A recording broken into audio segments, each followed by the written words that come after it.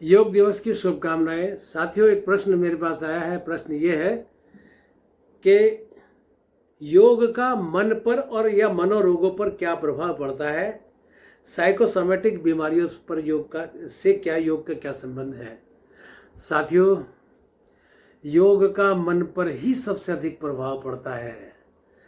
हालांकि तन पे भी पड़ता है, मन पे भी पड़ता है, बुद्धि भी स्थिर होती है और आत्मिक ज्ञान तो होता है, लेकिन योग का मन से सीधा संबंध है।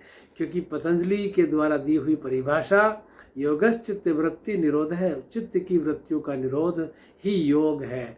और चित्त जो मन की अशांत जो अवस्था है, वहाँ से जो वृत्तियाँ उठती हैं, वहाँ से जो आवेग उठते हैं, मन के अंदर बहुत सारे विचार जो उठते हैं, वो अपने आप में उनका जो नियंत्रण है, ये अपने आप में योग है। तो योग का मन से सीधा संबंध है। और पतंजलि का जो योग है, उसमें मनोविज्ञान बड़ा अद्भुत है, बड़ी उच्च कोटि का मनोविज्ञान है।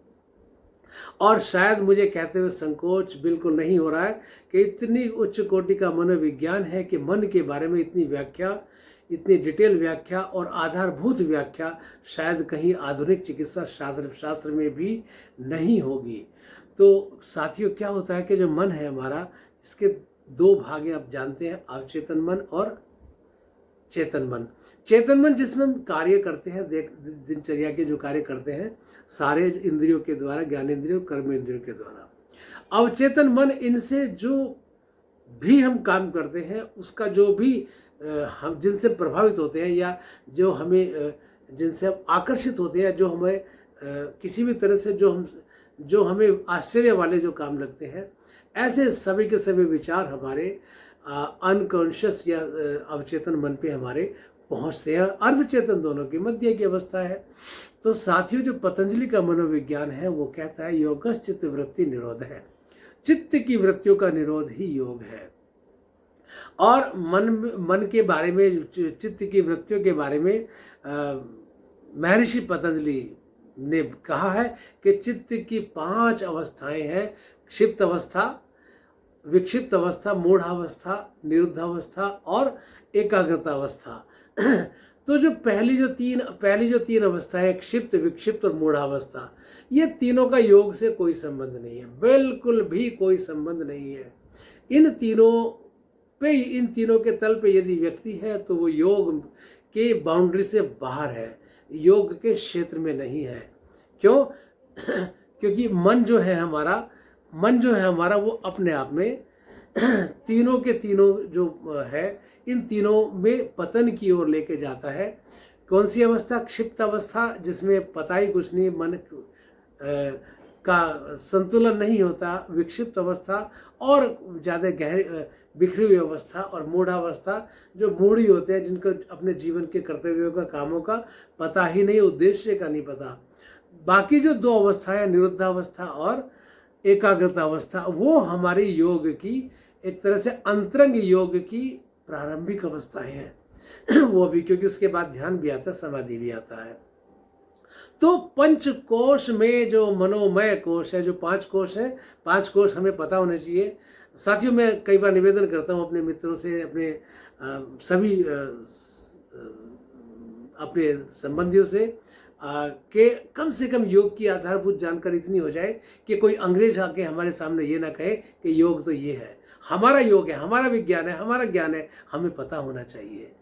तो जो पंच कोश है, उपनिषदों के अंदर आता है वर्णन, वेदों के अंदर वर्णन आता है कि 5 जो कोश है, इसमें जो पहला कोश है अन्नमय कोश है, दूसरा जो कोश है वो पहला कोश अन्नमय कोश, फिर प्राणमय कोश, और फिर तीसरा कोश आता है हमारा, वो आता है मनोमय कोश और विज्ञान में और आनंदमय कोश, 5वां कोश आता है। तो जो मनोमय कोश है, ये अपने आप में बहुत इंपॉर्टेंट है। ये मनोमय कोश हमारा इसी से ये वाला मनोमय कोश जो है, ये प्राणमय कोश है, ये मनोमय कोश है जो मध्य की अवस्था है। ये हमारी, ये मनोमय कोश से ऊपर बढ़ते हैं तो हम विज्ञान में कोश को पार करते हुए आनंदमय कोश पे आ जाते हैं। और जो मनोमय कोश से हम नीचे की तरफ चलते हैं तो प्राणमय और अन्नमय कोश में लटके रहते हैं। तो साथियों, ये जो कोश है, इसमें जो मनोमय कोश है वो अपने आप में बहुत इम्पोर्टेंट है। मनोमय कोश वास्तव में होता है क्या है कि जो हमारी जो कर्मेंद्रिय होती है और ज्ञानेंद्रिय, दो प्रकार की इंद्रियां होती हैं। इसमें जो कर्मेंद्रियां हैं, जो ज्ञानेंद्रियां हैं, जो 5 जो ज्ञानेंद्रियां, उनका प्लस मन का, दोनों का संबंध मिला जुला, ये हमारी कामनाएं बनती है, ये मनोमय कोश बनता है। किससे? कि ज्ञानेंद्रिय और प्लस मन दोनों के मिलने से मनोमय कोश बनता है। और वैसे ज्ञानेंद्रिय प्लस बुद्धि के मिलने से विज्ञानमय कोश बनता है। लेकिन अब ये मनोमय कोश की हम बात कर रहे हैं। तो मनोमय कोश की जो परतें हैं वो धीरे धीरे, वृत्तियां हैं वो धीरे धीरे हमारी योग के माध्यम से शांत होनी शुरू हो सकती हैं, शांत हो सकती हैं। लेकिन बाह्य कर्म करने से उतना प्रभाव नहीं पड़ता जितना हमारा अंतः कर्म करने से लाभ होता है। साथियों, जो श्री कृष्ण जी के द्वारा जो बोली गई झरी जो गीता जी हैं, उसका जो पहला अध्याय है उसका नाम ही विषाद योग है। विषाद मन की दुख की अवस्था है, मन की निराशा की अवस्था, गहन निराशा की अवस्था है विषाद योग। और उस विषाद योग में अर्जुन को क्या हुआ था? दृष्टेवं सजनम कृष्ण युयुत्सु समुपस्थितम सीदंती मम गात्राणि मुखानि च परुषुष्यति वेप्सु शरीरे में रोमहर्ष जायते। ये जो श्लोक है ये कहते हैं कि अर्जुन डीप डिप्रेशन में आ गया था, गहन अवसाद में उस समय पे आ गया था। तो वो विषाद की जो अवस्था थी, उस विषाद को भी, हाँ, गीता जी में क्या बोला? योग, विषाद योग। वो अध्याय भी, यानी हम विषाद को भी गहराई से समझ ले कि क्यों है, क्या है, कैसे है, तो वो भी हमारा योग बन सकता है। तो साथियों, जो योग का संबंध जो है वो हमारा मन से सीधा है, साइकोसोमेटिक डिसऑर्डर से सीधा है, जो मन से शरीर पे आने वाले जो रोग हैं उससे है। और मनोकोश को संतुलित करने का काम भी हमारा योग के द्वारा सहज, सरल, सफल हो सकता है। बस थोड़ा सा दिनचर्या को ठीक करने की जरूरत है और थोड़ा थोड़ा योग को डेली समझने की आवश्यकता है। बड़ी फिलोसफिकल बातें हैं, दार्शनिक बातें हैं जो ऋषियों ने पुस्तकों में, किसी का नाम कहीं नहीं लिखा, किसी ऋषि का, लिख दी हैं और रच दी हैं। बस हमें उनको थोड़ा सा समझ के उसमें धीरे धीरे आगे बढ़ने की आवश्यकता है।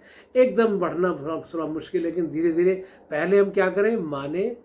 मान तो लें कि है, सत्य है, फिर उसके बाद जानने की कोशिश करें और फिर उस पर चलने की कोशिश करें। चलना तो अपने आप हो जाता है।